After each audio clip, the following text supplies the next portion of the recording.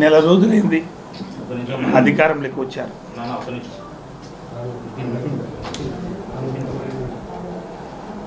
June 4న ఎన్నికల results అయినాయి.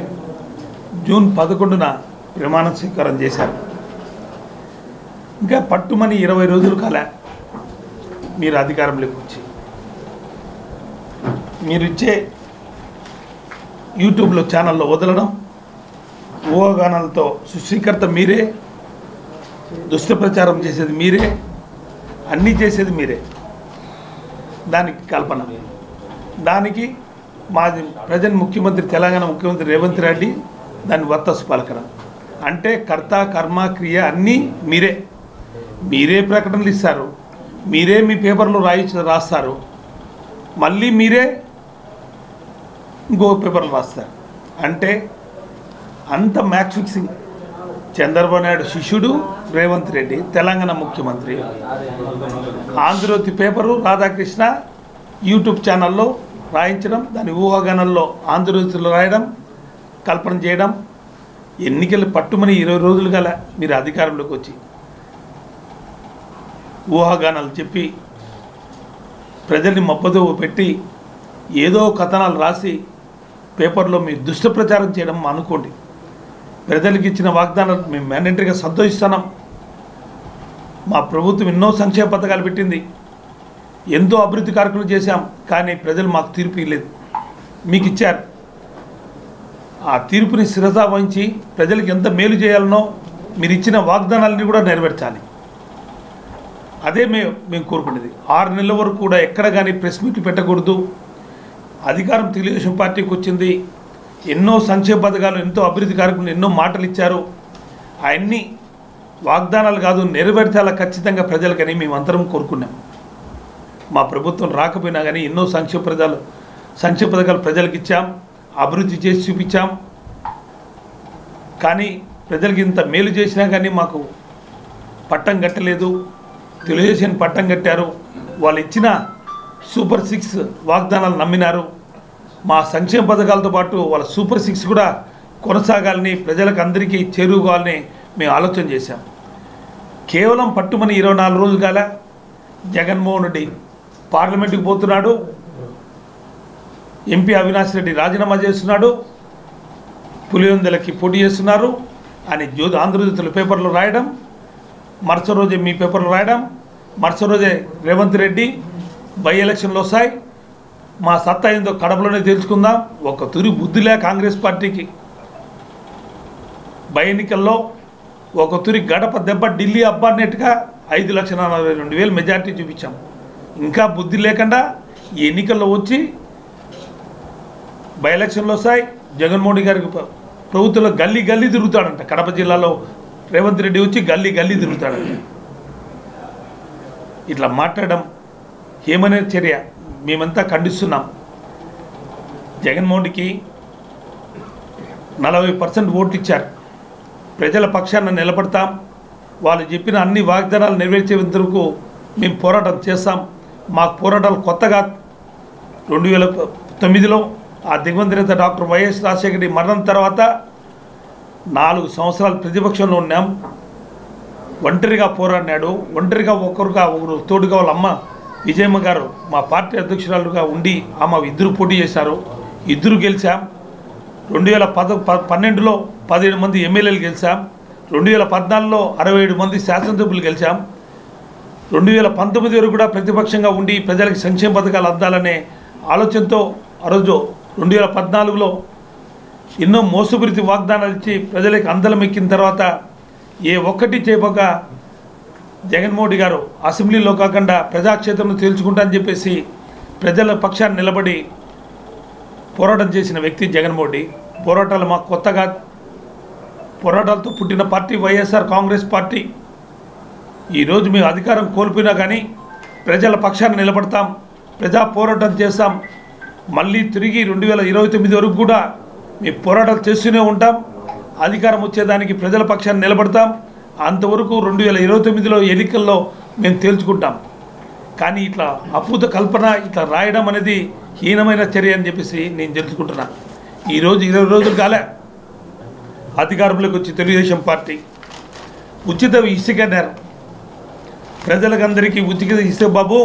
కార్మిక సోదరులారా, వైఎస్ఆర్ కాంగ్రెస్ పార్టీ జగన్ ట్యాక్స్ వసూలు చేస్తున్నాడు, జే ట్యాక్స్ వసూలు చేస్తున్నాడు అన్ని మాట్లాడి కళ్ళిబొల్లి మాటలు చెప్పి మేమేదో ఇసుకలు దోచుకున్నాం తిన్నాం, ఇదంతా శేఖర్ రెడ్డి కబ్జా రాష్ట్రమంతా చేసినాన్ని చెప్పిన వ్యక్తి, ఎన్నికల్లో అన్ని మాట్లాడిన వ్యక్తి ఈరోజు ఇసుక నిన్న రీచ్లు వదిలినారు, ఉచిత ఇసుక అయినాడు. ఈరోజు జూలై 8న 1700 రూపాయలు ఇసుక, ట్రాక్టర్ ఇసుక 1700, అంటే 5 టన్నులు ఇసుక 1700 రూపాయలు మీరు వసూలు. అంటే ప్రజలకి వచ్చిన 20 రోజుల్లోనే వాగ్దానాలు మభ్యపెట్టారు. అంటే ఉచిత ఇసుక అని చెప్పి ఇప్పుడు ట్రాక్టర్ ఇసుక 1700 రూపాయలు. కడపకు తోలిన తర్వాత ఇసుక ట్రాక్టర్కి దాని డీజిల్ ఖర్చు అంతేసి 3500 రూపాయలు అమ్ముతారు ఇసుక. అంటే మా ప్రభుత్వంలో 3900, కేవలం డిఫరెన్స్ 400 రూపాయలు. అంటే ఉచిత ఇసుక అని చెప్పి మళ్ళీ మీరు 1500 రూపాయలు మీరు వసూలు చేస్తూ మళ్ళీ ట్రాక్టర్ ఓనర్లు 2700 తీసుకుంటూ 3700 రూపాయలు ఇసుక ఈరోజు కడప కొలుతుంది. అది కూడా ఎక్కడ కానీ నెందులూరు కానీ రాజంపేట కానీ ఎక్కడ కానీ ఇసుక లేదు. ఆ ప్రాంతానికి ఇసుక పోవాలంటే సిద్ధోటం జ్యోతి నుంచి ఆ ప్రాంతానికి 50 కిలోమీటర్లు. 50 కిలోమీటర్లకి ఎంత వసూలు చేస్తారో ఆలోచన చేయండి. అంటే కల్లిబొల్లి మాటలు చెప్పి జగన్మోహన్ రెడ్డి జే ట్యాక్స్ వసూలు చేస్తున్నాడు, ఇసుకలో దోచేస్తున్నాడు, మట్టిలో దోచేస్తాడు, ఎన్ని మాటలు మాట్లాడి ఎన్నికల్లో ప్రజలతో ఓట్లు వేసుకొని ఈరోజు ప్రజలకి మళ్ళీ కుచ్చు టోపీ పెట్టే ప్రయత్నం చేస్తున్నాం. నిజంగా ఈరోజు జూన్ 4న ఎన్నికలు జరిగాయి. జూన్ 12ను ప్రమాణ స్వీకారం చేశావు. జూన్ 12న భారతదేశ వ్యాప్తంగా కాదు మన ఆంధ్ర రాష్ట్ర వ్యాప్తంగా అన్ని స్కూల్స్ రీఓపెన్ అయినాయి. రీఓపెన్ అయితే ఈరోజు జూలై 9కి ఇంతవరకు అమ్మఒడి వేసిన పాపాను పోలేను. పిల్లలు స్కూల్స్ పోతున్నారు. ఆ తల్లి ఎంత అవసరం పడుతుందో గవర్నమెంట్ స్కూల్స్లో కాదు ప్రైవేట్ స్కూల్స్లో పోయే వాళ్ళకి ఫీజులు కట్టాలన్నా కానీ ఏ భారం కానీ అన్నీ దానికి నువ్వే బాధ్యునివి. ఒకరికి కాదు, ఒక ఇంటికి జగన్మోహన్ 15,000 రూపాయలు అమ్మఒడి ఇస్తుంటే మీరు ఎంతమంది ఉన్నా ఎంతమందిని కన్నా కూడా అందరికీ 15,000 రూపాయలు చెప్పినావు.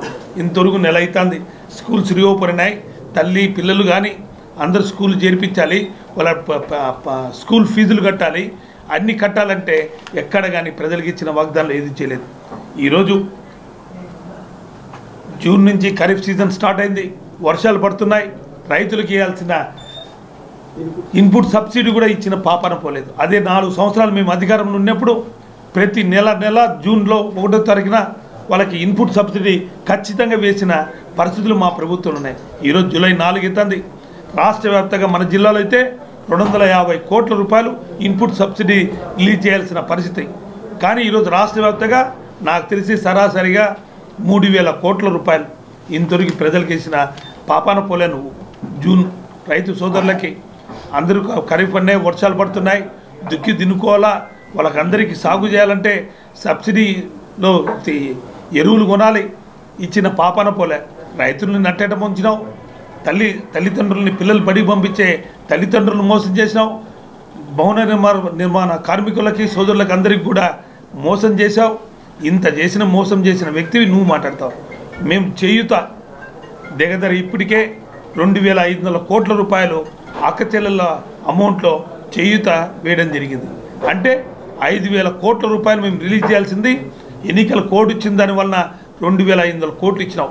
2,500 కోట్లు ఇంతవరకు నెల రోజులైతుంది మీ ప్రభుత్వం వచ్చి, ఇంతవరకు కూడా 2,500 కోట్లు చేయుత అక్కచెల్లెల అకౌంట్లో వాళ్ళు డబ్బులు వేసిన పాపాన పోలే మీ ప్రభుత్వం.